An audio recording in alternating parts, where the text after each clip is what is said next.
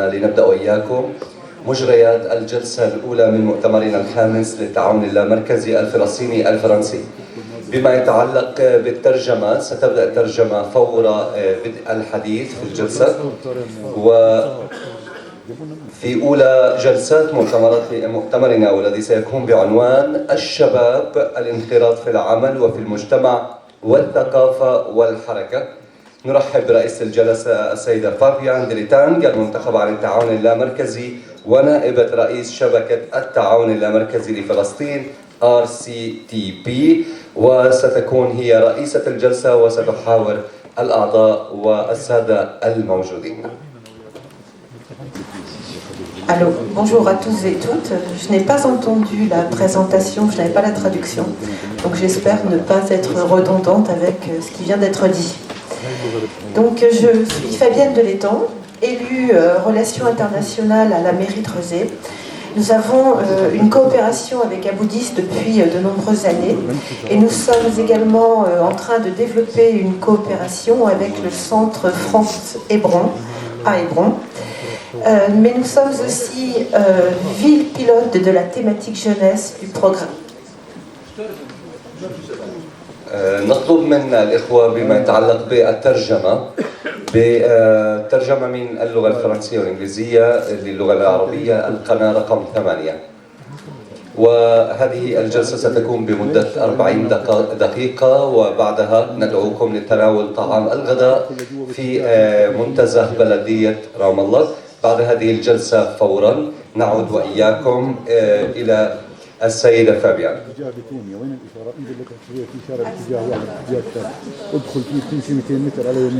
Bonjour, et bien à nouveau je recommence, désolée pour les francophones.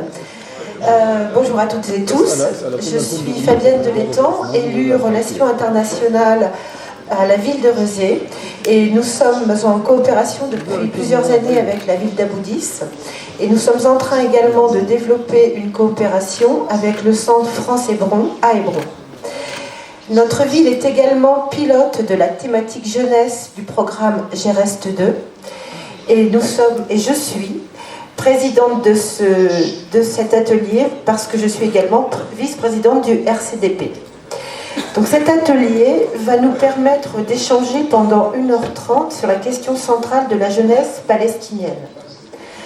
Une jeunesse qui est opprimée, une jeunesse qui est maltraitée, et pourtant une jeunesse qui est pleine de vie, pleine d'espoir, pleine de créativité, une jeunesse qui porte l'avenir et l'idée de la démocratie, une jeunesse qui, moi, m'impressionne. Je les ai rencontrés, j'ai échangé avec eux, et franchement, vos jeunes sont un modèle pour beaucoup de jeunes dans beaucoup de pays.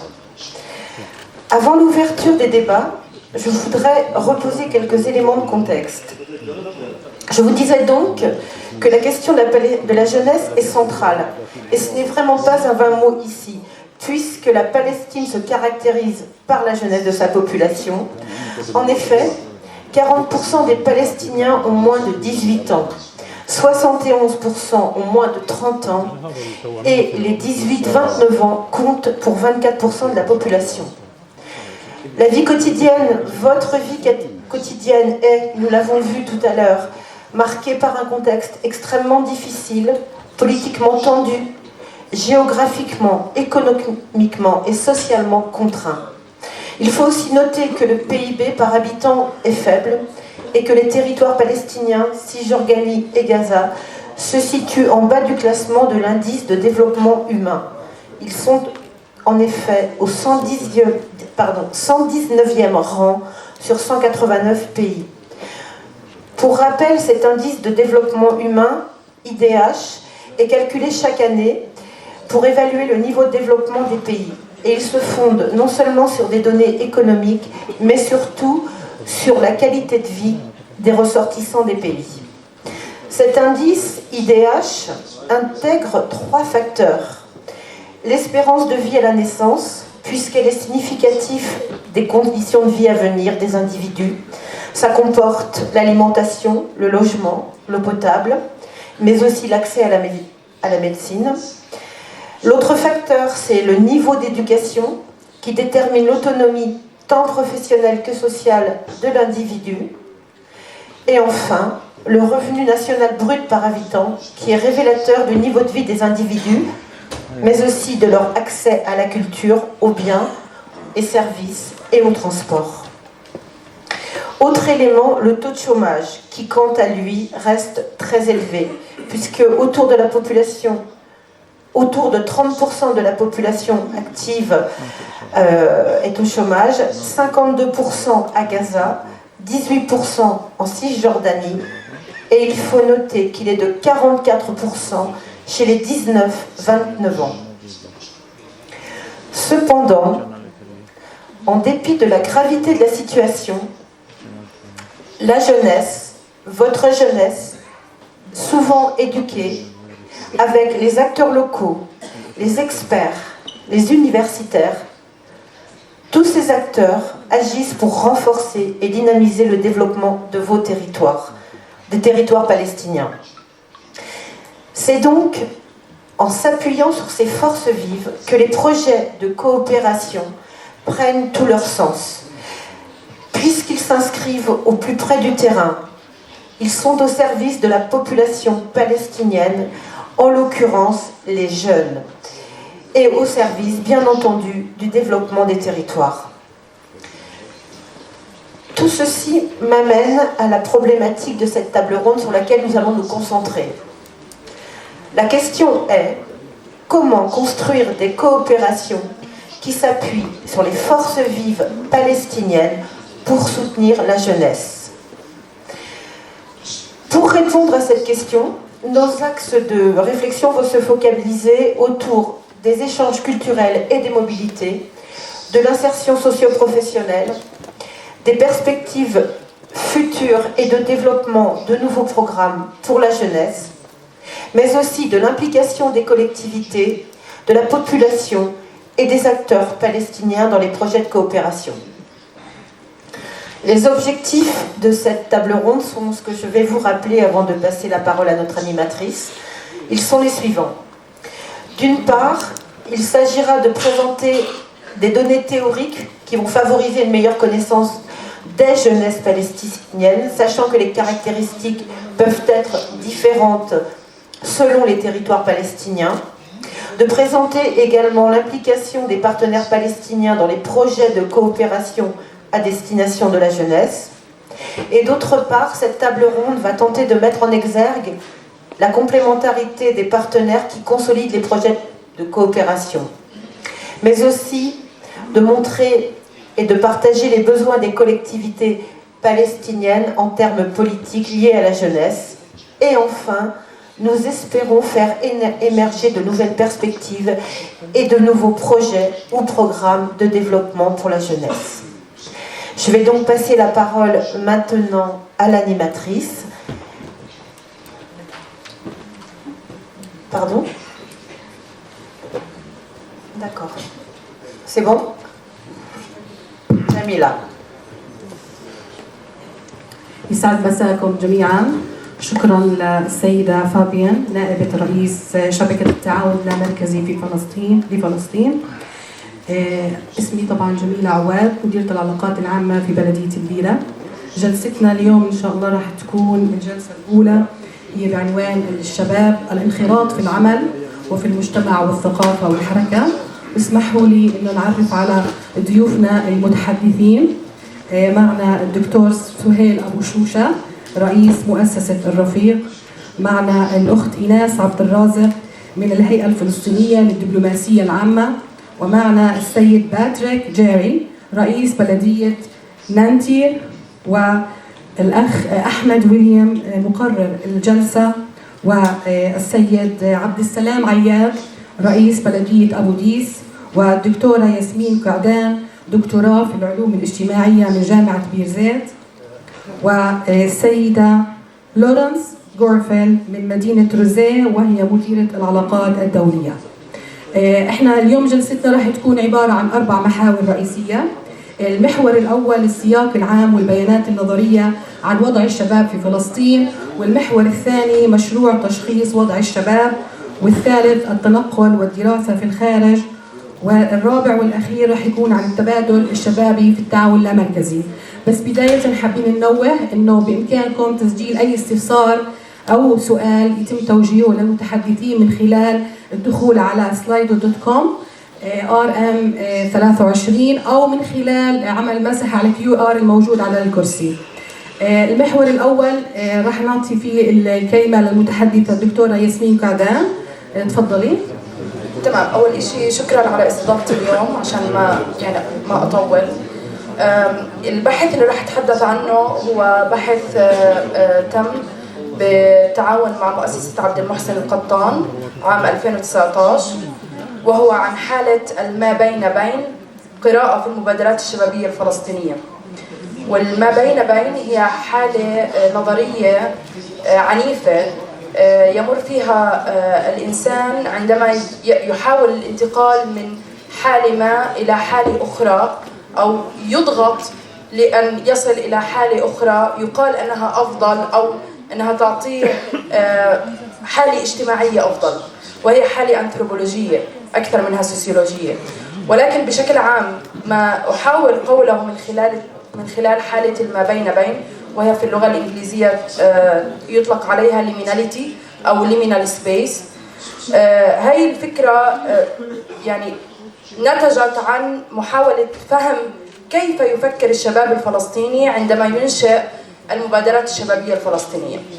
رأينا حالة من التكثيف في ظهور المبادرات الشبابية الفلسطينية تحديداً بعد العام 2011، وهذا ليس بالمصادفة، لأنه مع رؤية الثورات العربية التي حدثت أو انتشرت عربياً في عام 2011 وما بعده، رأى الشباب الفلسطيني أنهم في حالة من المماهاة أو التواصل مع الشباب العربي الذي يحاول تغيير الحالة السياسية في مجتمعاته. ولكن ما وقع فيه الشباب الفلسطيني هو أن الوضع السياسي مختلف عن مجتمعاتنا العربية تحديداً بفعل الاستعمار. بالتالي فإن المبادرات الشبابية كانت تعاني من حالة من الضياع، لأنها لا ترى أن هناك ثقة في الأحزاب السياسية الفلسطينية تحديداً بعد العام 2006 وحالة الانقسام، كما أنها لا ترى أن المؤسسات الفلسطينية سواء الحكومية أو غير الحكومية الثقافية وغيرها تلبي رغبات الشباب الفلسطيني أو تلبي طموحاته المدفوعة من خلال قدرته على التغيير والحرية. بالتالي هناك حرية محصورة من خلال الاستعمار، وحرية محصورة من خلال عدم وجود ممثل اجتماعي سياسي يساعد الشباب الفلسطيني في الوصول لمرحلة يبغاها. المشكلة الأخرى التي واجهت الشباب الفلسطيني هي أن هناك ملاحقات سياسية تمس بعض المبادرات، مثل مبادرة نبض الشباب السياسية، مبادرات أخرى تحاول إيجاد حيز آمن للتعبير السياسي، وهذه طبعا أحد إشكاليات التشوه الاستعماري. فكل هذه العوائق نتجت مع عائق آخر وهي أزمة الأرض. فبالتالي هناك أيضا مجموعة كبيرة من المبادرات الشبابية الفلسطينية تعنى تخصيصا بموضوع الأرض، مثل مجموعات التجوال التي نراها جميعنا على السوشيال ميديا الآن التي تأخذ بالتكاثر، وهي مجموعات تدعو الشباب الفلسطيني إلى المشي في الأرض والتعرف على الأرض ورسم الحكاية عن الأرض أو زراعة الأرض. فبالتالي هناك أزمة سياسية استعمارية مربوطة بكل الحالة، أولاً السياسية الحزبية، اثنين الاستعمارية الوجودية، وثلاث أزمة نزع الأرض من الشباب الفلسطيني، وأربعة عدم وجود أي أماكن للعمل الاقتصادي أو للتحفيز الاقتصادي للشباب. بالتالي يجدون أن هذه المبادرات هي فرصة لتحفيز العمل السياسي. الفوضى التي تعم حالة المبادرات الشبابية تأتي تحديداً من حالة هي حالة لا يقين. بالتالي جميع المبادرات الشبابية عندما سئلت سؤال عن مستقبل هذه المبادرة، أين يرون أنفسهم في المستقبل بعد إنشاء المبادرة الشبابية، البعض أجاب أنه لا يريد أبداً أن يتحول إلى مؤسسة مرخصة، لأنه في اللحظة التي يتحول بها لمؤسسة مرخصة تنزع منه كل الحرية التي يريدها من خلال المبادرة. اثنين، البعض منهم رأى أنه يستطيع أن يتعامل مع مؤسسات حكومية أو ثقافية موجودة ولكن فقط كغطاء قانوني يستطيع من خلالها جلب التمويل. 3. البعض منهم قال أنه بالتأكيد سيعمل على تحويل المبادرة إلى مؤسسة مرخصة لأنه بذلك يضمن استمراريتها وتوفير فرص عمل للشباب العاملين فيها. بالتالي هناك حالة من عدم يقين حول شكل المبادرة الشبابية، لماذا نشأت وإلى ماذا ستتحول، وهذا ينعكس من خلال الأزمات التي يعانيها الشباب الفلسطيني اليوم.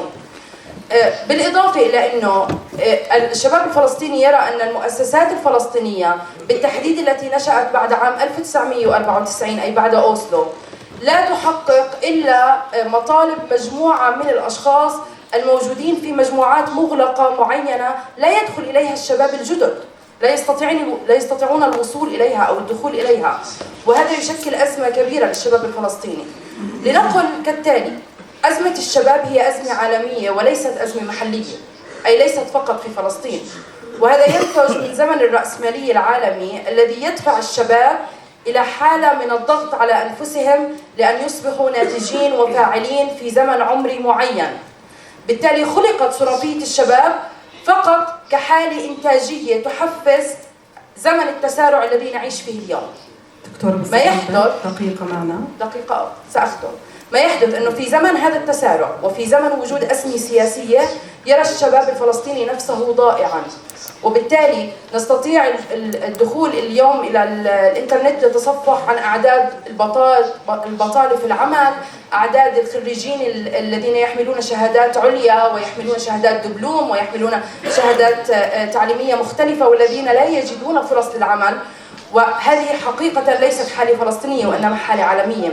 بالتالي التفكير في أزمة الشباب اليوم هي ربط بين حالة محلية وحالة عالمية، وليس فقط تكتل على الحالة المحلية، إلا أن فلسطين ليست استثنائية وإنما تملك حالة خاصة في وجود عدد مختلف من العوامل المعيقة مثل وجود الاستعمار الصهيوني اليوم الذي يواجهه الشباب الفلسطيني. شكرا. الله يعطيك ألف عافية.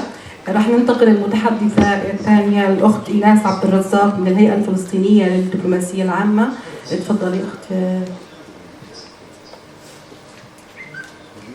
مرحبا للجميع. Je vais parler en français. Bonjour à tous et à toutes. Donc je dirige une ONG palestinienne indépendante de plaidoyer et de campagne pour les Palestiniens. Merci beaucoup pour cette invitation et aux organisateurs et organisatrices. Je ne vais pas répéter ce qu'a dit Yasmine, je suis tout à fait d'accord avec tout ce qu'elle a dit. Ce qui est clair, c'est qu'il y a un problème politique. Et donc je pense que c'est très important de aussi penser la coopération dans le contexte politique actuel dans lequel se trouve la jeunesse, parce que ici, rien de ce qu'on peut faire est apolitique. Et il ne faut surtout pas dépolitiser l'action. Donc, la jeunesse aujourd'hui, comme l'a dit Yasmine, manque clairement d'horizon. Il faut bien rappeler que la jeunesse est la première à être au front. Ça fait depuis 2023, depuis le début 2023, l'occupation israélienne a tué 111 Palestiniens. La plupart sont des jeunes. Beaucoup de Palestiniens sont en prison. 5000 prisonniers politiques. 400, de 500 à 1000 aujourd'hui sont en détention arbitraire, détention administrative. Beaucoup sont des jeunes. Donc il faut bien voir qu'il y a quand même des barrières structurelles qu'il faut adresser par rapport à cette situation politique. Parce qu'on peut faire beaucoup de projets de coopération, beaucoup de projets dans des secteurs concrets, mais il faut toujours avoir en tête de pouvoir mettre en place des mécanismes pour adresser ces barrières et non pas les contourner. Et je pense qu'on est vraiment on est à un moment charnière politique de transition. Comme l'a dit Yasmine, la jeunesse palestinienne manque à la fois d'une protection. L'autorité palestinienne finalement ne peut pas protéger les jeunes de l'occupation israélienne. Donc aujourd'hui, les jeunes sont un peu livrés à eux-mêmes. Et donc c'est vrai que le contexte est quand même très pessimiste. Souvent, quand je parle à des gens, à la fin, les gens disent « Ah oui, vous êtes très pessimiste. » Oui, la situation est vraiment terrible. Maintenant, c'est comment on donne justement de l'espoir et comment on arrive à aider les jeunes à s'organiser. Et donc, c'est là où je voulais juste donner quelques points sur l'importance, en fait, quels sont les points très importants à garder en tête lorsqu'on fait des projets de coopération décentralisée ou de coopération avec des organisations de jeunesse, quels sont les points très importants sur lesquels insister. Tout d'abord, il est très important de lutter contre la fragmentation du peuple palestinien. Je pense que n'importe quel projet aujourd'hui, c'est très important d'avoir en tête que beaucoup de Palestiniens ne se rencontrent plus du fait des checkpoints, du mur, des restrictions. Il y a énormément de barrières à la rencontre des Palestiniens entre eux. Et ça, c'est très important à mettre en place, y compris avec des Palestiniens de 48, donc des Palestiniens qui ont la citoyenneté israélienne. Ces Palestiniens sont souvent marginalisés et exclus des programmes qui se concentrent sur la Cisjordanie et Gaza ou Jérusalem-Est. Ces programmes sont très importants, mais aujourd'hui, il faut bien voir que le peuple palestinien et la jeunesse palestinienne veut revendiquer cette unité et ces rencontres sont très importantes. Donc il y a des associations palestiniennes qui, justement, encouragent ces rencontres entre Palestiniens, et donc ça, c'est très important aussi à prendre en compte. Deuxième chose, je pense qu'il est très important pour n'importe quel projet de coopération aujourd'hui de penser justement à est-ce que le projet renforce le pouvoir de décision des bénéficiaires et donc de la jeunesse. Qu'est-ce que j'appelle pouvoir de décision? En général, en anglais, on appelle ça agency, l'agence. Aujourd'hui, les Palestiniens sont en fait complètement privés de leur pouvoir de décider pour eux-mêmes. Et donc, c'est quels sont les projets qui peuvent encourager finalement de pouvoir prendre son destin en main. Donc encore une fois, sans la fin de l'occupation et de la colonisation et de l'apartheid, on n'arrivera pas à cet objectif, mais on peut tenter d'y remédier. Quels sont les secteurs auxquels je pense, et Yasmine en a un petit peu parlé, c'est-à-dire que les organisations de jeunesse aujourd'hui réfléchissent à différentes manières de pouvoir justement renforcer cette manière de prendre en main leur destin. Donc ça peut être travailler la terre, ça peut être mettre en place des moyens pour avoir des médias indépendants, des médias alternatifs, des réseaux sociaux qui doivent rester secrets parce que la répression est forte du côté bien sûr de l'occupation israélienne, mais aussi il n'y a pas de liberté d'expression totale du côté de l'autorité palestinienne. Donc énormément de moyens et d'initiatives qui peuvent être mises en place pour avoir cette possibilité de débattre, de discuter, de parler de choses librement. Tout ça est très important parce qu'en fait aujourd'hui, encore une fois, la jeunesse ne peut pas s'exprimer librement et souvent réprimée de ce point de vue-là, et ça c'est très important. Ça peut être aussi et ça, je pense que la France a beaucoup à apporter, mais les expériences par rapport aux syndicats, comment s'organiser, par exemple, dans des secteurs, comment avoir une activité politique, d'organisation politique.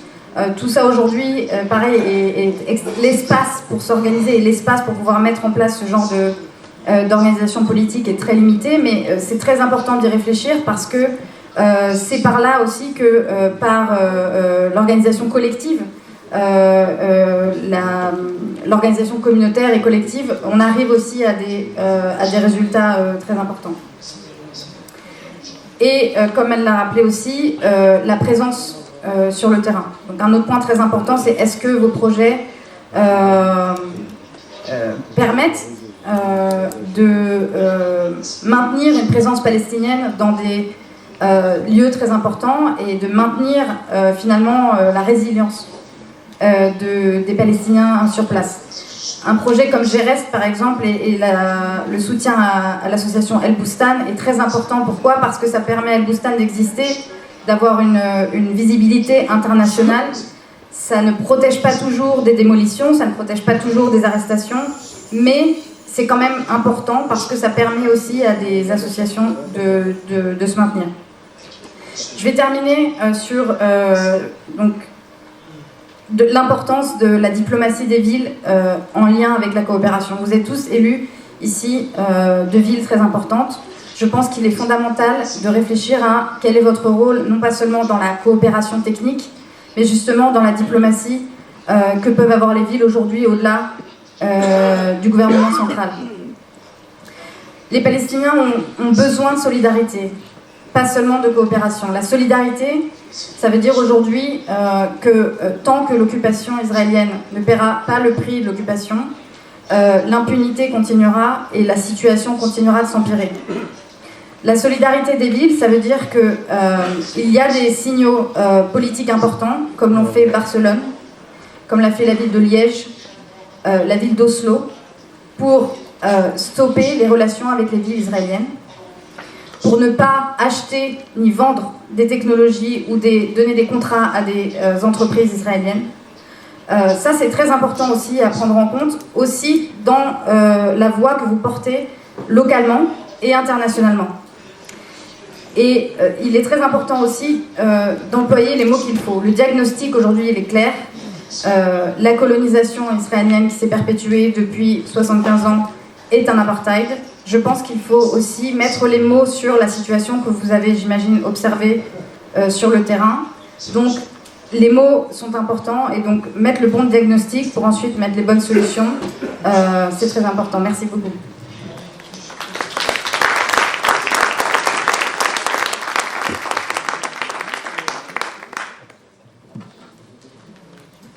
نشكر السيدة إيناس عبد الرازق من الهيئة الفلسطينية للدبلوماسية العامة. والآن ننتقل للمحور الثاني اللي بعنوان مشروع تشخيص وضع الشباب. رح يكون في المتحدثين السيدة لورانس من مدينة روزيه مديرة العلاقات الدولية. تفضل مشكورة. Bonjour, Laurence Bourville, donc je suis responsable des relations internationales et européennes à la ville de Rezé. Et donc, je mets en œuvre la politique de coopération de la ville de Rezé et je copilote avec le RCDP le projet GERES, thématique jeunesse, le RCDP et 15 collectivités locales françaises. Donc, je vais vous parler très rapidement d'un projet que nous avons avec la ville d'Aboudis, qui est la mise en œuvre d'un diagnostic de territoire jeunesse. Donc, pourquoi un diagnostic jeunesse sur le territoire d'Aboudis ?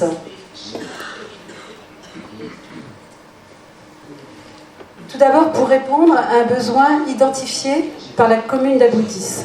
Ça nous semble important dans la façon dont on travaille avec nos partenaires en coopération. C'est avant de développer un projet, c'est que des besoins soient vraiment identifiés par la commune et en l'occurrence par la commune d'Aboudis en ce qui concerne ce projet. Pour également s'appuyer sur une étude approfondie favorisant le développement d'un projet structurant adapté au territoire.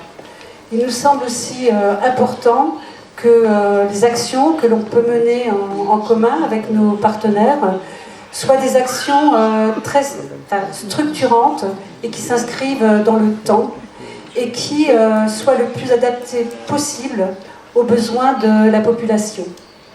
La coopération, les actions de coopération sont pour nous vraiment à destination de la population et en l'occurrence sur ce projet-là, à destination de la jeunesse.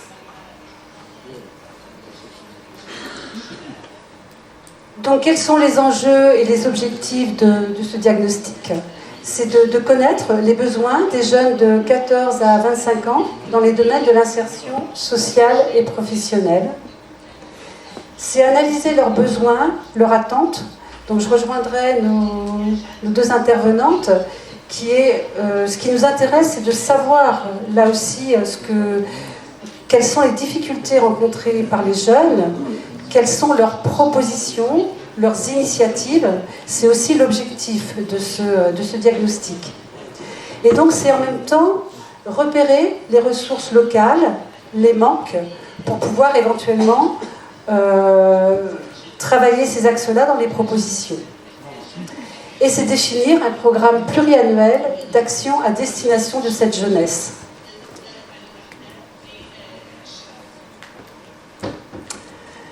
Donc les étapes et la complémentarité des compétences.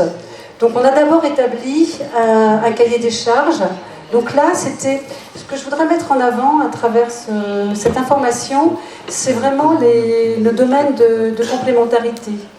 Pour nous travailler en coopération, la ville d'Aboudis, elle a ses propres compétences, la ville de Rezé a ses propres compétences. Puis vous allez voir, l'université avec qui on va travailler, l'université de Birzeit, a également ses propres compétences. Donc on a essayé dans un projet d'articuler les compétences des uns et des autres pour avoir un travail et une approche approfondie et répondant aux besoins du territoire. Donc l'établissement du cahier des charges, ça a été un travail fait par la ville de Rezé avec les étudiants de l'université de Nantes. On s'est appuyé donc on va s'appuyer sur une expertise palestinienne pour mener cette étude, qui est le département de sociologie de l'université de Birzeit, dont dépend Yasmine. Et donc nous avons travaillé là aussi avec donc le directeur du département de l'université. Et ce qui nous a intéressé dans ce projet, c'est que à la fois on travaille pour le territoire d'Aboudis, mais en même temps, on élargit la question de la coopération. C'est-à-dire qu'on fait vraiment appel aux ressources, aux matières grises, aux experts palestiniens et non français, qui ont la meilleure connaissance de leur territoire et en l'occurrence des connaissances sociologiques. Cette étude, elle va permettre à des étudiants de l'université de Birzeit de mener une expérience de terrain sur leur propre territoire palestinien, ce qui nous a semblé important. Et puis, le rôle de la ville d'Aboudis, qui est un rôle important, ça va être d'accompagner l'université dans la menée de cette étude sociologique.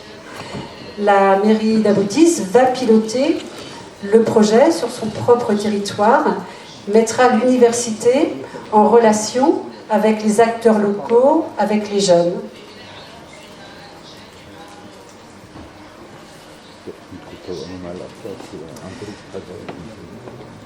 Les financements de ce diagnostic, eh bien, le Fonds franco-palestinien a financé le diagnostic à 50%, la ville d'Aboudis et la ville de Rezé. Bien sûr, la finalité de ce diagnostic, c'est vraiment d'avoir ensuite d'aller vers l'élaboration d'un programme pluriannuel d'insertion socio-professionnelle. Si cette orientation, je dirais que c'est l'objectif de départ, mais peut-être que le diagnostic nous montrera qu'il y a peut-être d'autres axes et d'autres priorités à développer. Un autre...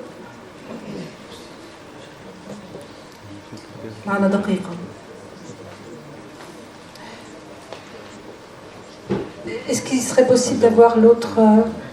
Voilà.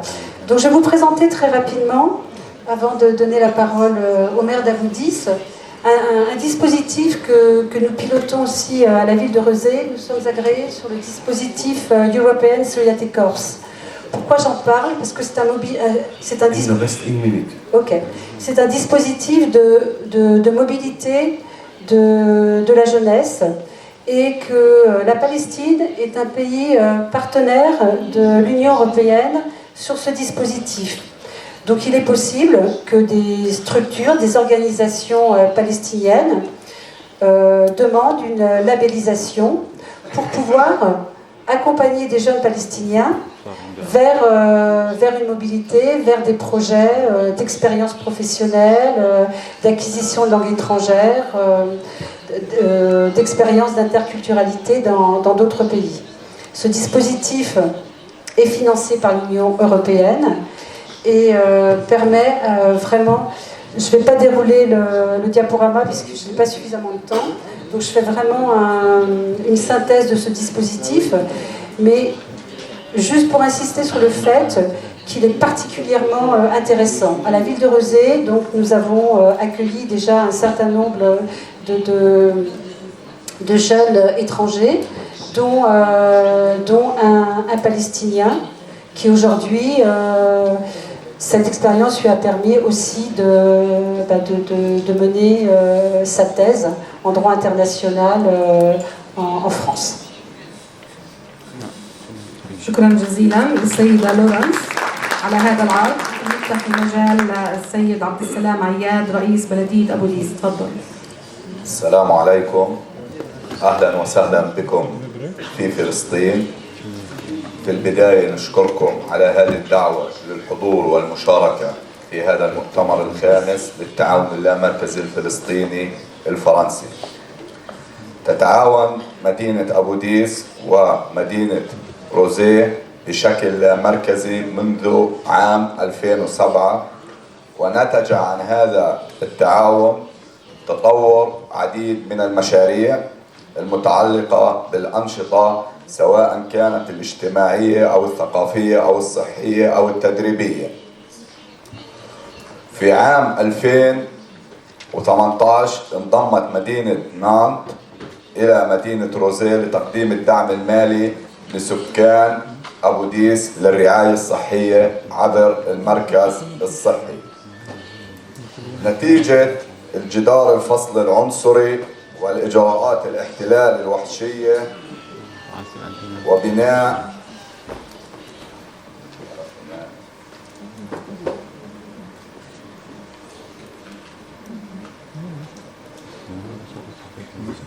نتيجة قيام الاحتلال ببناء جدار الفصل العنصري والإجراءات الاحتلالية الوحشية وإقامة الحواجز، تم عزل مدينة أبو ديس عن مدينة القدس، والنتيجة اليوم هي أن نسبة كبيرة من الشباب في أبو ديس يواجهون صعوبات في العمل والدراسة والأنشطة المهنية، وهذا أدى إلى تهديد مستقبلهم. وهناك عديد من المشاكل نتجت بعيدا عن المشاكل السياسية واستهداف الاحتلال، نتجت مشاكل اجتماعية طالت الشباب هاي المشاكل، والمشاكل الاجتماعية لا تقل أهمية عن ممارسات الاحتلال واستهدافه للشباب، مثل تسرب الطلبة من المدارس وتسربهم من الجامعات، ليس فقط من المدارس، بعد وصول الطالب إلى الجامعة للوضع الاجتماعي والوضع الصعب الذي نعيشه. هناك بعض الطلبة ينهون حياتهم الجامعية قبل الانتهاء ووصولهم إلى الشهادة التي يسعون إليها من أجل دخولهم إلى الجامعة. ونحن ولأن موضوع الشباب هو من أولويات بلدية أبو ديس وروزيه، فقد تم الاتفاق بشكل مشترك على عمل دراسة تشخيصية لمساعدة الشباب بمعرفة احتياجاتهم وأولوياتهم ومعرفة والشباب المستهدفين من هذه الدراسة هم من سن 14 لسن 25، وغير معرفة الاستهداف معرفة الصعوبات التي تواجه الشباب، وصعوبات كثيرة سواء على المستوى الحياتي اليومي أو على المستوى الاجتماعي أو على المستوى كما ذكرنا وذكروا في السابق استهداف الشباب من قبل الاحتلال. ولمعرفة هذا اتجهت بلدية أبو ديس وبلدية روزيه لإقامة هذه الدراسة لوضع يدها على الوضع المستقبلي للشباب. ودور الشباب سواء كان في المجالات الحياتية اليومية أو في خطط وضع خطة استراتيجية للمستقبل للعمل على إيجاد بعض الحلول، ولا نستطيع أن نوجد حلول بشكل نهائي، بعض الحلول لمشاكل الشباب. تم الاتفاق أن يكون المساعد لنا في هذا البرنامج هو من الجهة الفلسطينية المحلية، وتم الاتفاق مع جامعة بير زيت أن تقوم بهذا الدور بإجراء تشخيصي اجتماعي في أبو ديس قبل تنفيذ برنامج عمل الشباب الذي كما ذكرت تتراوح أعمارهم المستهدفين من 14 ل 25 عام، من أجل اقتراح خطة متعددة السنوات. التشخيص بحاجة لخطة طويلة الأمد، عند الانتهاء من التشخيص نحن بحاجة إلى خطة متعددة السنوات لإنهاء بعض المشاكل التي تواجه الشباب. خلال هذه المدة نستطيع أن نكون على بينة فيما نستطيع من إمكانيات من هذه الخطة، نشخص الوضع المستقبلي اللي ممكن نبني عليه استراتيجية جديدة في مدينة أبو ديس نظرا للوضع التشخيصي، لأنه كما ذكروا في السابق أغلب المجتمع اليوم هو من فئة الشباب، فأي خطة مستقبلية تكون الشباب عمادها ورئيسي فيها حتى نستطيع أن تكون الخطة ملائمة للواقع الذي نعيش فيه. في النهاية يعني أنا بدي أطيل، إننا في بلدية أبو ديس نؤكد ونرحب على استمرار التعاون، ونتمنى أن يدوم ويزدهر ليشكل نموذج للتعاون والإخاء بين الشعوب والثقافات بتنوعها. ونحن نعمل في بلدية أبو ديس بكل جهد على دوام وترسيخ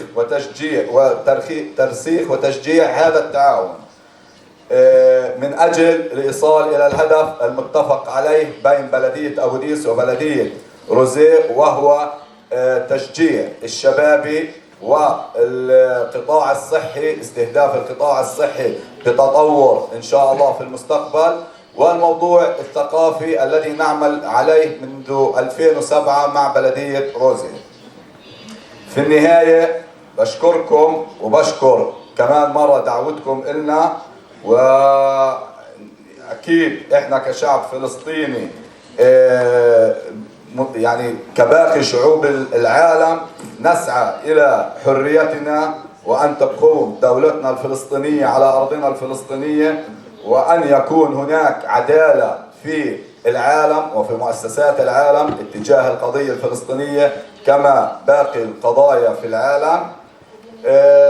كباقي شعوب العالم التي تعيش الآن في ازدهار وحرية، نأمل أن يعيش الشعب الفلسطيني كما تعيش باقي دول العالم. نشكركم ونشكر الدور الذي تقومون به تجاهنا، والسلام عليكم ورحمة الله. نشكر السيد عبد السلام عياد رئيس بلدية أبو ديس، وننتقل إلى المحور الثالث بعنوان التنقل والدراسة في الخارج. رح يكون فيها المتحدث الدكتور سهيل أبو شوشة رئيس مؤسسة الرفيق. بس حابب أنوه على ضرورة إذا بحب حدا يسجل من خلال الكود الموجود على الكرسي أو الQR، بالإضافة للالتزام بالوقت من 5 ل 7 دقائق بالنسبة للمتحدثين. شكرا جزيلا. Monsieur le maire, bonjour. C'est un projet titanique. Bon courage pour la suite. اسمحوا لي أحكي بالفرنسي. Monsieur le conseil municipal, Monsieur cher Robert Guillaume, merci beaucoup de m'avoir accordé cette opportunité de parler sur la jeunesse palestinienne, surtout les étudiants et leurs besoins en mobilité. Et moi, aujourd'hui, je vais vous parler de la nécessité de faire former des étudiants à l'étranger et le renforcement des échanges culturels qui va apporter l'aide pour les jeunesses palestiniens. En tant que président de RAFIC, Association des diplômés de France, je tiens à vous remercier pour cette invitation. Nous sommes très fiers de participer à un tel événement que nous le souhaitons une bonne continuation. Comme vous l'avez indiqué, que la population palestinienne se caractérisait par jeunesse, puisque 47% de Palestiniens ont moins de 18 ans.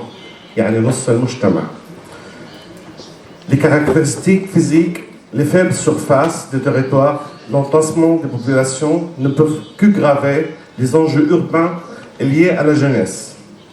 Comment peut-on répondre aux besoins des étudiants dans un contexte géopolitique très compliqué que nous vivons chaque jour?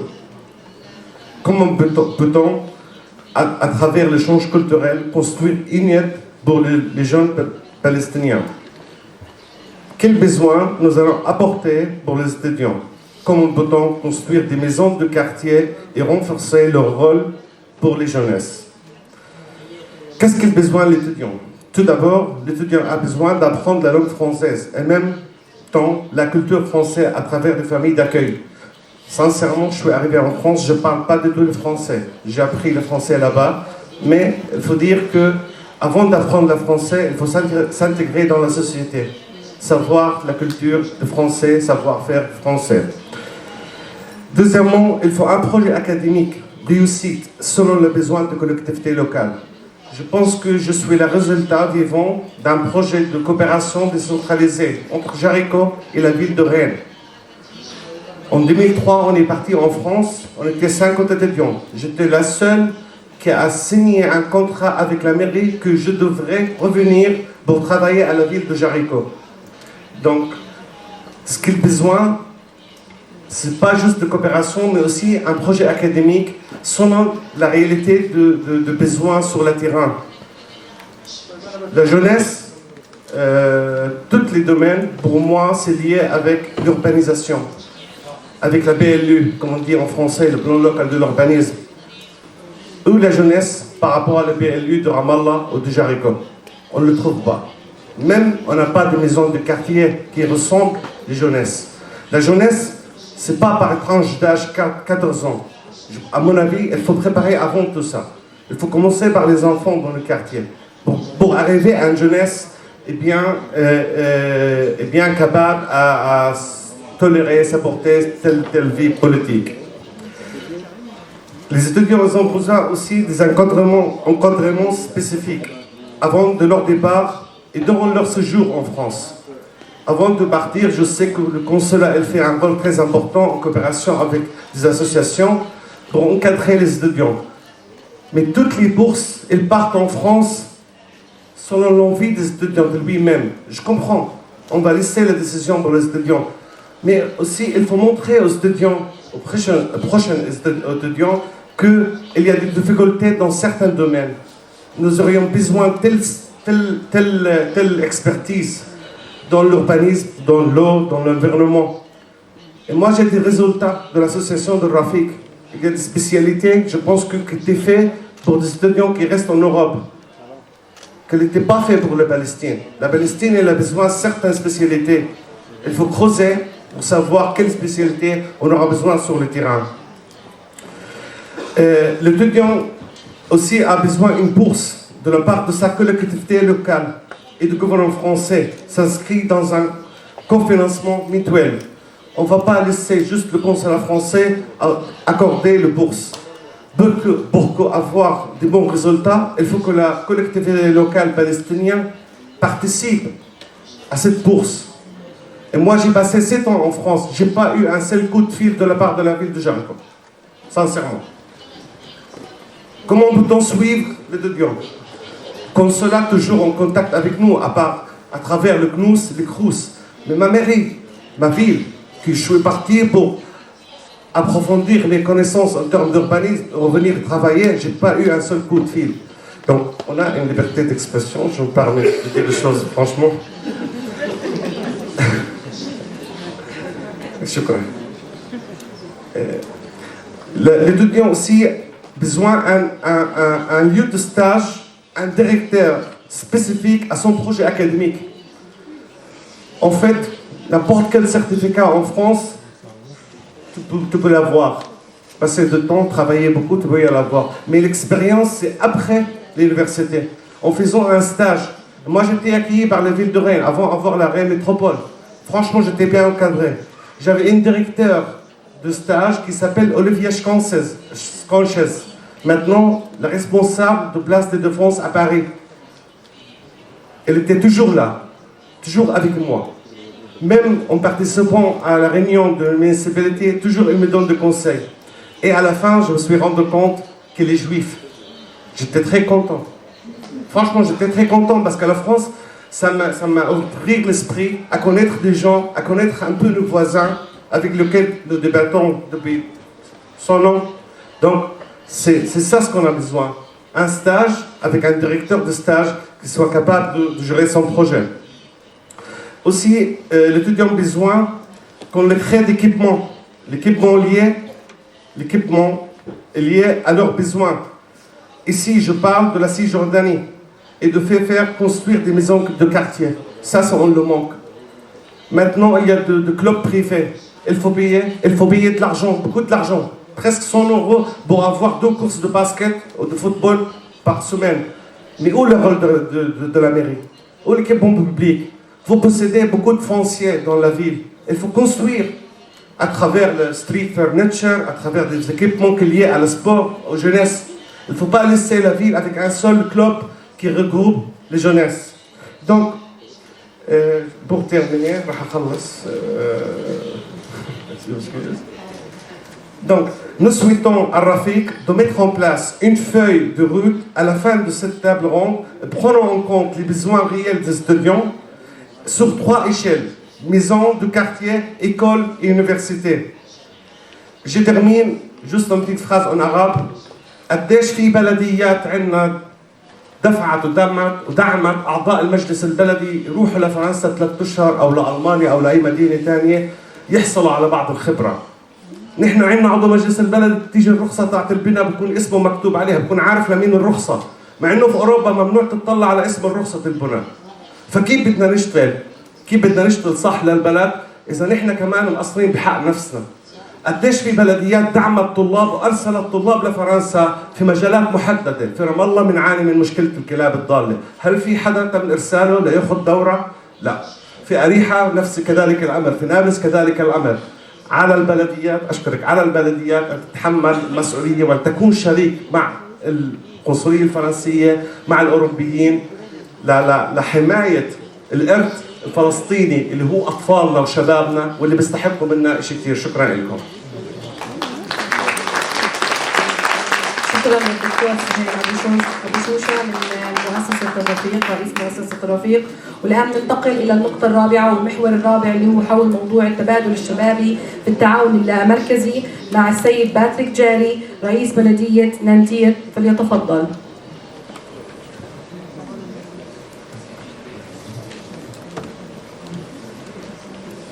Donc, merci à vous. Bonjour, je suis Patrick Jarry, donc je suis le maire de la ville de Nanterre. D'abord, merci pour ces échanges qui, évidemment, sont importants pour éclairer les actions que nous menons en matière de coopération décentralisée. Bien sûr, on a le sentiment que ce qu'on fait, c'est une goutte d'eau par rapport à l'immensité des besoins. Mais il est important que cette goutte d'eau tombe au bon endroit et apporte le plus possible. Peut-être quelques mots pour présenter Nanterre. Nanterre, c'est une ville de la banlieue de Paris, c'est une ville de 100 000 habitants, ça c'est au plan géographique. C'est une ville qui, dans son histoire, a résisté à l'écrasement par le quartier d'affaires de la Défense. Elle a voulu rester une ville populaire et ne pas être mangée par le quartier d'affaires de la Défense. C'est une ville populaire riche de la diversité de ses origines et qui a une longue tradition de solidarité autour des peuples engagés pour leur libération, pour leurs droits et pour l'indépendance. Ça a été le cas avec le peuple d'Algérie, avec le peuple du Vietnam, avec Nelson Mandela et ses compagnons pour lutter contre l'apartheid. Et donc c'est tout naturellement que la ville de Nanterre s'est retrouvée de longue date autour de la Palestine. Je veux d'ailleurs dire que notre engagement de collectivité, de commune, notre présence ici, elle est aussi porteur d'une exigence à l'égard du gouvernement français, des autorités européennes, pour que dans leur déclaration, dans leur action diplomatique, ils soient à la hauteur des enjeux ici en Palestine. Peut-être pour être plus clair, je dirais, nous ne voulons pas être la caution des renoncements. La coopération des collectivités territoriales ne peut pas servir de cela.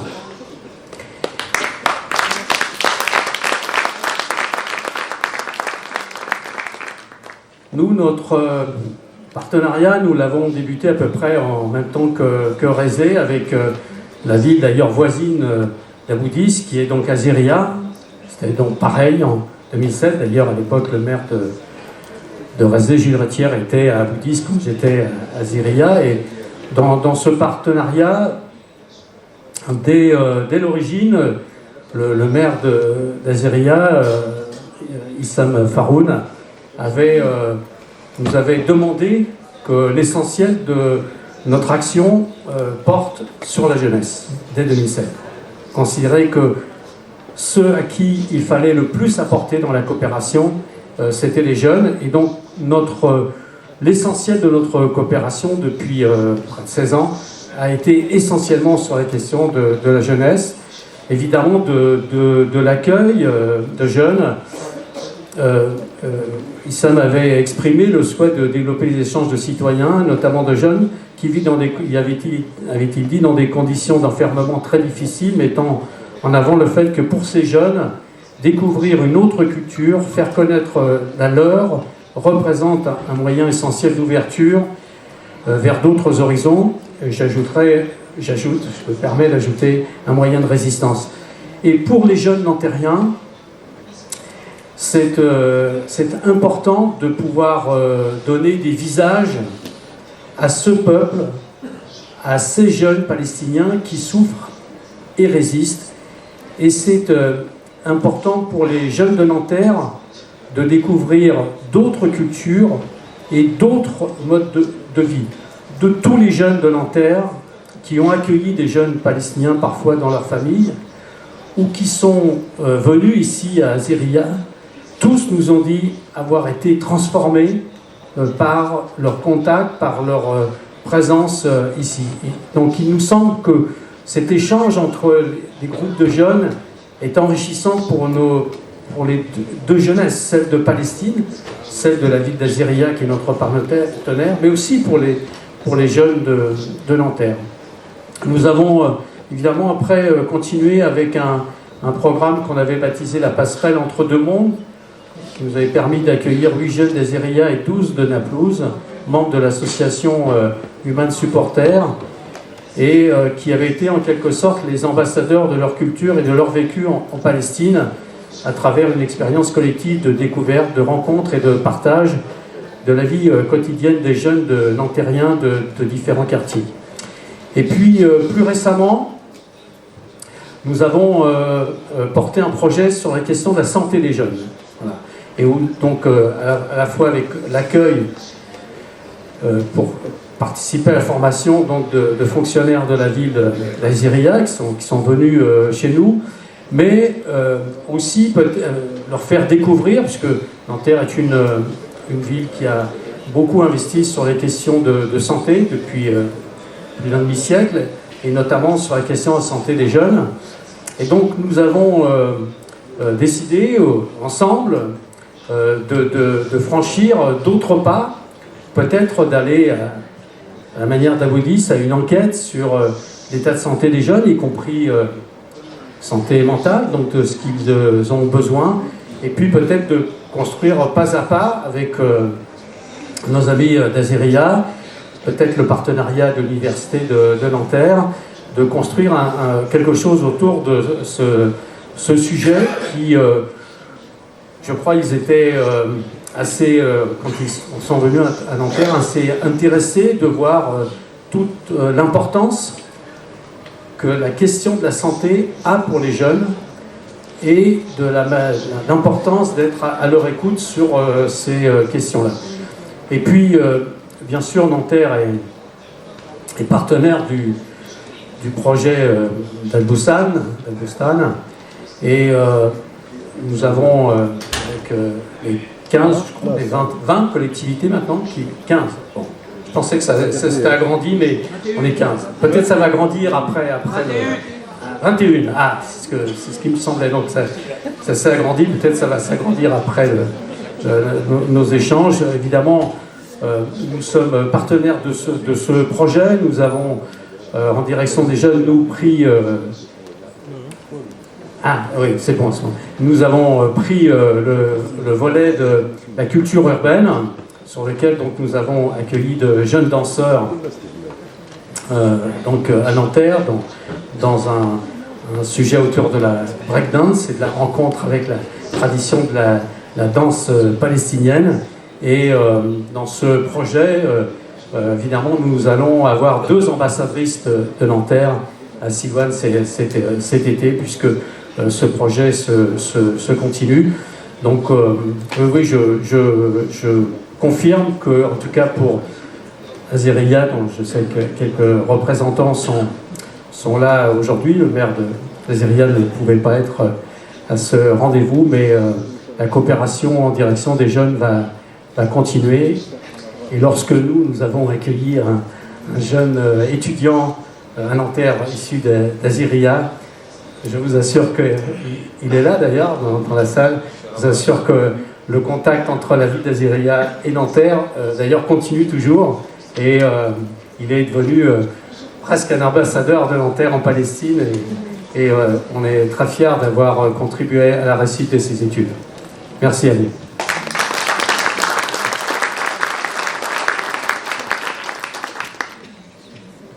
نشكر السيد باتريك جاري رئيس بلدية نانتير على هذه الكلمات.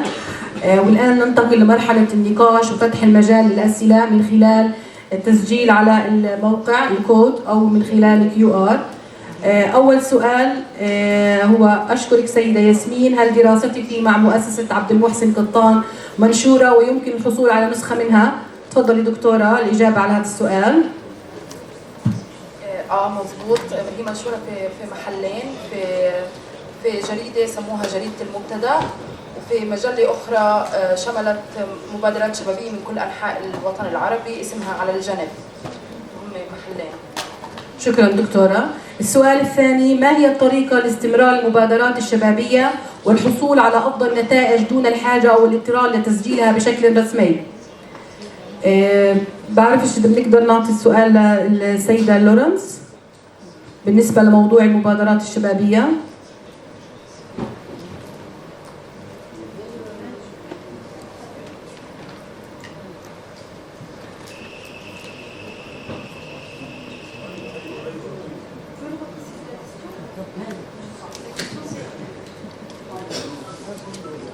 لو سمحتوا شكل الترجمة مش شغالة إذا في مجال.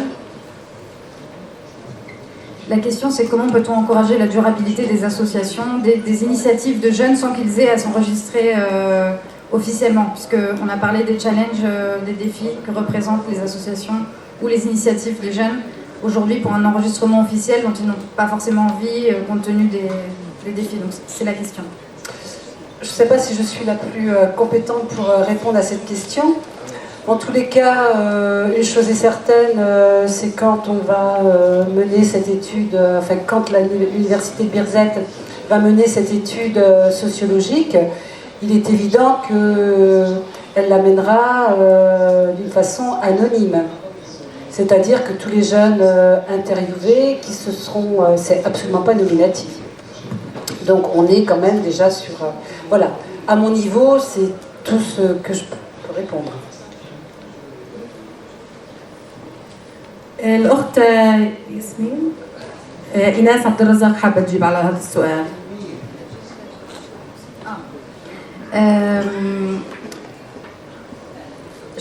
Je pense que c'est un vrai sujet pour les associations ou les initiatives de jeunes. Je sais que les critères sont difficilement applicables quand il s'agit d'une collectivité ou d'une ONG française. Pour la coopération avec des associations palestiniennes, souvent il faut avoir une certaine trace légale ou un enregistrement légal. Et je pense qu'il faut penser à des solutions justement alternatives, à des possibilités de voir comment coopérer avec des initiatives sans qu'elles aient le besoin de s'enregistrer. Aujourd'hui, c'est quasiment impossible auprès de l'autorité palestinienne d'enregistrer une association, d'ouvrir un compte en banque. Les contrôles sont extrêmement stricts et la liberté d'association est très limitée. Donc, il s'agit de voir comment pouvoir coopérer sans avoir des structures enregistrées. Et c'est vrai que ça crée un phénomène souvent de concentration des fonds, de concentration du soutien à certaines ONG qui ont l'accès à l'information, qui ont l'accès aux propositions de projets, qui savent rédiger un projet. Tout ça, ce sont des défis réels. Donc voilà, je n'ai pas la solution, mais en tout cas, il faut réfléchir à des possibles solutions pour dépasser ce problème. شكرا جزيلا. السؤال اللي يليه: من أسباب تفاوت الفرص للشباب أيضا التقسيمات الجغرافية والتي يتبعها بعض الامتيازات أو بعض القيود مثل القدس والضفة وغزة؟ نعطي السيد عبد السلام عيادي يجاوبنا على هذا السؤال لو سمحتوا. التقسيمات الجغرافية مهمة جدا في طريقة العمل على استهداف الشباب، مع العلم انه اغلب البلديات اللي توجد علاقة بينها وبين البلديات في فرنسا طبيعة المشاكل اللي بتواجه الشباب بشكل عام واحدة، سواء كانت في المناطق القدس أو الضفة أو غزة. في بعض التفاوت في طبيعة المنطقة الجغرافية، ولكن المشاكل والهموم الموجودة عند الشباب في هذه المناطق الفوارق بينها تكاد تكون في بعض الأمور التي ليس لها تأثير على حياة الشباب اليومية. منطقة القدس لها ظروفها الخاصة، ومنطقة الضفة الغربية كباقي مدن الضفة الغربية نفس المشاكل الموجودة عند الشباب، ومدينة غزة تختلف اختلاف بسبب بعض الإجراءات القيود المفروضة أكثر عليها، ولكن الفرص للشباب يعني في المناطق الجغرافية تكاد قريبة جدا، ما فيش تفاوت كبير فيها. شكرا جزيلا. السؤال اللي بعده: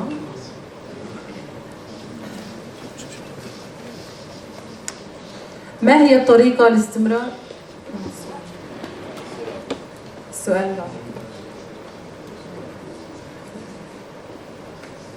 ما هي الطريقة لاستمرار المبادرات الشبابية والحصول على أفضل نتائج دون الحاجة والاضطرار؟ هذا سألناه. ما هي طريقة انضمام بلديات أخرى من أجل الاستفادة من هذه المشاريع؟ ممكن كمان نستعين في لورنس دولية. الترجمة شغالة. السؤال: ما هي طريقة انضمام بلديات أخرى من أجل الاستفادة من هذه المشاريع؟ طبعا المشاريع الشبابية المقصود من ذلك.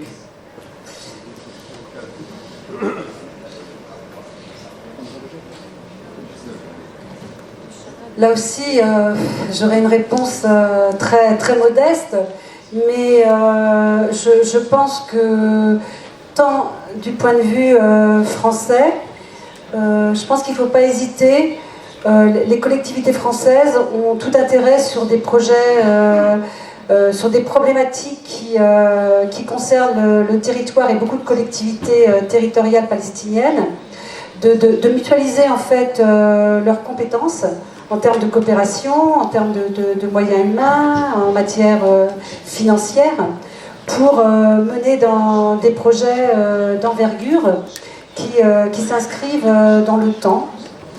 Et peut-être du point de vue palestinien, si je peux me le permettre là vraiment très, très modestement, c'est peut-être aussi que les collectivités voisines, sur une problématique comme la question de la jeunesse, puissent également mutualiser en fait leurs moyens pour qu'on puisse travailler à une échelle intercommunale. C'est vrai que avec les communes d'Aboudis et d'Al-Zeriya, il y a eu déjà des projets communs, Et c'est vrai que la proposition du maire de Nanterre, et je crois que le maire d'Aboudis sera mieux placé que moi pour le dire, mais il est évident que les jeunes, il y a un passage permanent entre les jeunes d'Aboudis et les jeunes d'Alzeria, même dans les structures socioculturelles, dans le centre de soins. Par exemple, la ville d'Alzeria possède une ambulance. La ville de Nantes et de Rezé ont soutenu le centre de soins d'Aboudis. Et donc du coup, la population d'Alzeria est accueillie dans le centre de soins d'Aboudis. Et l'ambulance d'Alzeria sert à toute la population. Je crois que cette question de la mutualisation, de part et d'autre, du côté français comme du côté palestinien, peut être une perspective intéressante et qui consolide les projets de coopération. شكرا جزيلا.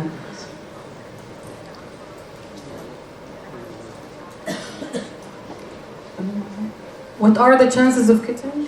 بدنا نعطي فرصة للأخت إيناس فرنسي، مش سؤال. ممكن اللي بعده غلبة. What are the chances of getting financial support for projects targeting youth group؟ اللي هي ما هي الفرصة للحصول على دعم مالي لهي المشاريع الشبابية؟ ممكن يتحدث السيد باتريك رئيس البلدية حول هذا الموضوع؟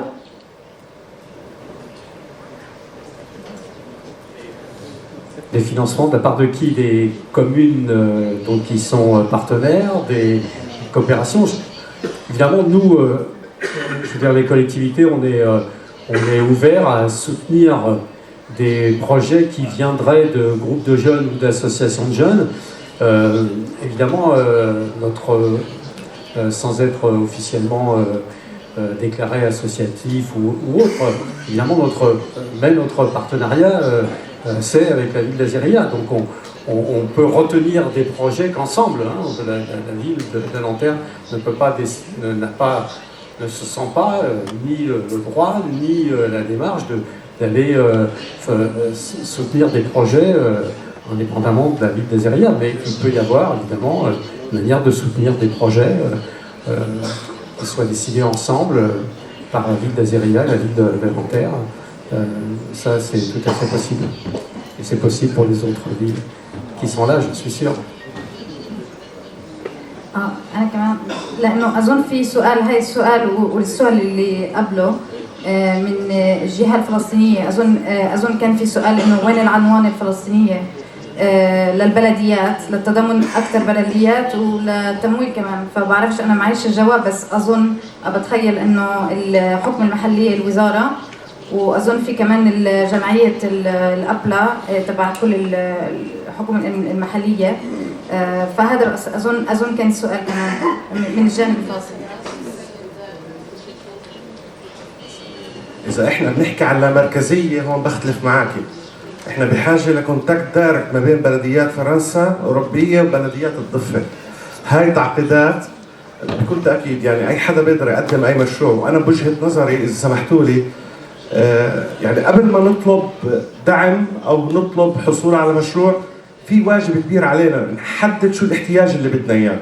يعني انا من سنتين شكلت فريق باسكت للبنات واخذتهم على فرنسا عمرهم 14 سنه. لقيت كثير عندي فرنسيه عم تدعمني. ليش؟ لانه غيرنا شوي بمفهوم الحياه عند هدول الاطفال. وبالمناسبه الخروج عن النص اول رياكشن كان لهم انه واو، كل هاي المسافة اللي قطعناها عشان نروح على النادي بالقطار واجوا اليهود احتلوا فلسطين، كل هالمساحات الفاضية اللي عندهم. ملاحظة الثانية كانت انه كل هالمسافات اللي قطعناها فيش شيك بوينت. هذه الحرية اللي اكتسبها اللاعب لانه طلع احتك في مجتمع ونام عند هذه المجتمعات. فهون كمان بدي استذكر موضوع التبادل الثقافي. يعني انا اعطيت مثال لهذا الفريق، بس بعتقد كمان نفس الشيء البلديات. اذا احنا محددين الاحتياج لابد انه نحارب ضد المركزيه ونروح للامركزيه ونتواصل نحن بشكل مباشر، بكل تاكيد نمرق من خلال القنوات الخارجيه والى اخره.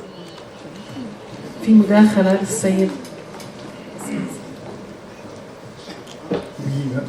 Oui, excusez-moi, permets de rebondir sur cette question parce que je fais un peu de publicité pour un appel à projet que le consulat général vient juste de lancer et dont la date limite de dépôt des projets le 1er juin. Voilà, donc il y a encore le temps de diffuser l'information auprès des jeunes que vous connaissez. Nous venons de lancer un nouvel appel à projet en direction de la société civile. Il vise explicitement les toutes petites ONG, celles qui ont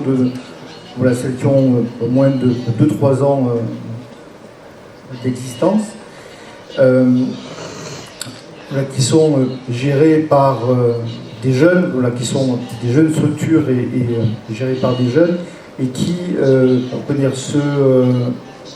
se consacrent à des thématiques qui sont ici un peu innovantes, comme l'économie sociale et solidaire, l'innovation sociale, le climat, l'environnement, etc. etc.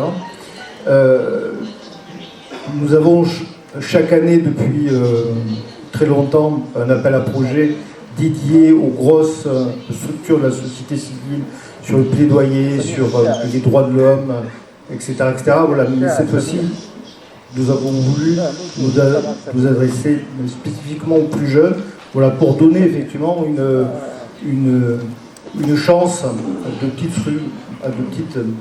structures de bénéficier d'un financement international assez conséquent, autour de 50 000 euros, disons, sur un an. Voilà. Donc, voilà, juste une réponse possible à la question qui était posée. Et puis, voilà, sentez-vous libre d'aller sur le site du consulat général pour avoir accès au formulaire de candidature et le diffuser autour de vous. Merci. Je veux bien apporter un petit complément sur la question des finances. Ce que je disais tout à l'heure, c'est que si on mutualise les moyens, si les collectivités mutualisent leurs projets, on renforce les moyens financiers. Et c'est vrai que sur la question de la jeunesse, et puis aussi sur la complémentarité des compétences. C'est vrai que les communes palestiniennes ont certainement moins de moyens financiers que les communes françaises. Mais par contre, si elles n'injectent pas directement de l'argent dans un projet, il y a toute une part de consolidation des ressources humaines, de l'implication de la commune, qui fait que c'est aussi un financement indirect. Et nous, au regard des complémentarités des compétences, nous pouvons aider nos communes partenaires à aller chercher des financements.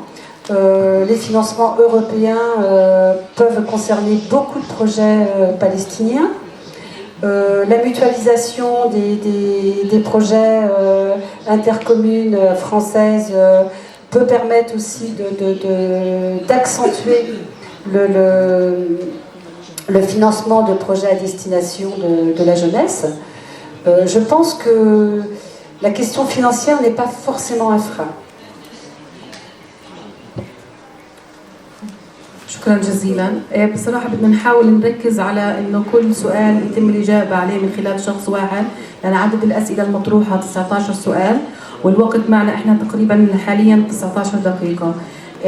في بدنا نستعين بالأخت إيناس على موضوع السؤال اللي بالفرنسي إذا في إمكانية تقرأي لنا إياه. لا مش إلي السؤال، أنا بدي بس أترجم. السؤال هو في بعض المخيمات بفلسطين عندهم خبرة بموضوع المراكز الاجتماعية، المراكز للشباب، فهم ممكن يعني يتواصلوا مع ويعطوا الخبرة للبلديات الفرنسية بهاي المجال ولا لا؟ هاي السؤال.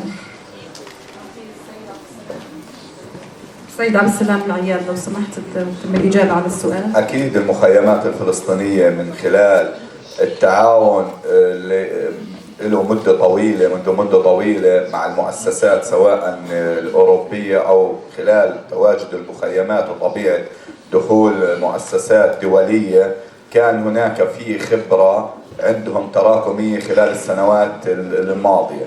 هاي الخبرة التراكمية احنا في البلديات اللي ما عشناش حالة تواجد هاي المؤسسات الدولية عندنا، أكيد في تواصل وفي تعاون من أجل الاستفادة من بعض الأمور اللي بتساعد في تعزيز هاي العلاقات وتنشيطها وتكون العلاقات إيجابية. لأنه لما يكون في تجربة بيكون في أخطاء سلبيات وإيجابيات، فبتم نقل هاي الأخطاء أو السلبيات والإيجابيات للبلديات اللي ما تعاملت من قبل لتفاديها، واللي نصل لتعاون مشترك بيخدم فئة الشباب وبيخدم المجتمع عندنا. فهذا النشاط، هذا الجهد أو هذا الطلب إنه يكون في تعاون مع المخيمات هو قائم وراح يتعزز من خلال توسيع دائرة التعاون بين أو التوأمة بين بلديات فلسطينية وبلديات فرنسية. شكرا لك.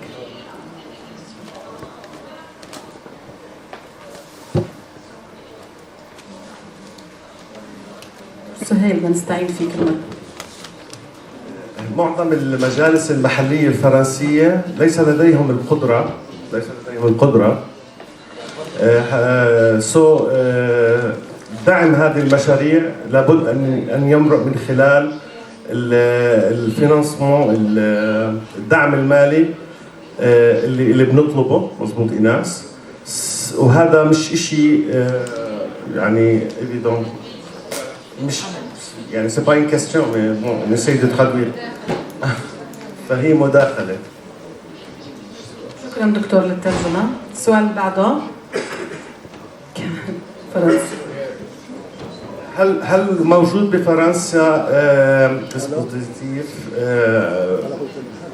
موجودين متنوعين بفرنسا للدعم التبادل الشبابي CB؟ إذا نعم، هل هو الخدمة المدنية ولا البروجرام تيفو؟ كمان مداخلة في بعض الآليات زي هدول لدعم الشباب في فرنسا.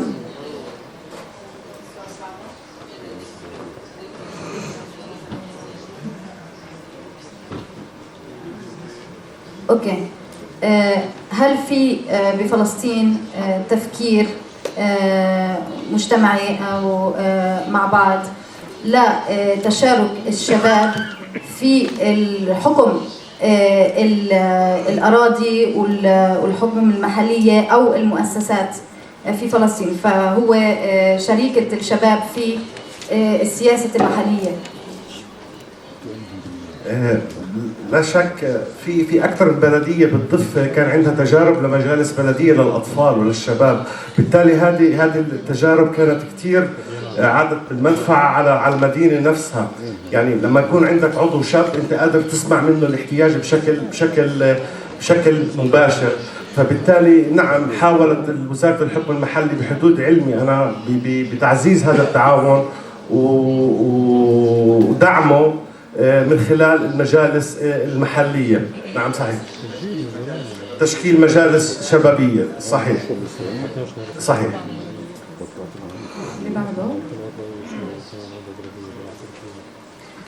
ما هو الاختلاف في عملية التشخيص والتخطيط والتدخلات بين الشباب في المدينة والريف؟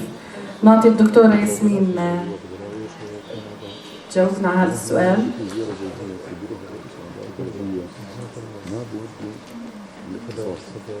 يعني حقيقة ما عنديش معرفة كافية، بس اللي بعرفه تماما لأنه أنا بنت قرية في طول كرم، ففي عنا شوي حالة تمركز مديني حول موضوع عمل الهيئات المحلية، وهذا شيء مفهوم لأنه عادة بتتركز الخبرات كمان جوا المراكز المدينية بعيدا عن القرى. بس اليوم اللي بصير هو حالة مختلفة قليلا ناتجة من الشباب أنفسهم، لأنه الشباب في القرى هي اللي عم تلجأ لمؤسسات لحتى تجيب مشاريع على الهيئات المحلية في قراهم، زي ما صار في قريتي تحديدا، لأنه جديد عم بلش مشروع في قريتي راح يستمر لأكثر من 2 سنين مع مؤسسة القبطان، نتجت من الشباب اللي اقترحوا على المجلس القروي ليكون جزء في هاي العملية. فأظن هذا اللي بيخلي الشباب هم الفاعل المحرك دائما.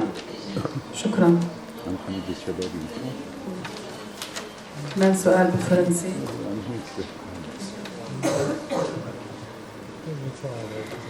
من 2008 نانتير والعزلية يعني في استمرار للتعاون بينهم. هلا السؤال ما هي الخدمات في قطاع الصحة للشباب الفلسطينيين اليوم؟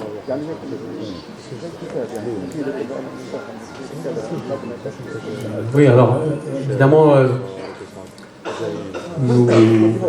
depuis 2008, nous ne travaillons pas sur la question de la santé avec Aziriya, Santé des Jeunes et Aziriya. On a fait depuis 2008 toute une série de programmes d'action en direction des jeunes plutôt à dominante d'échanges culturels et socioculturels.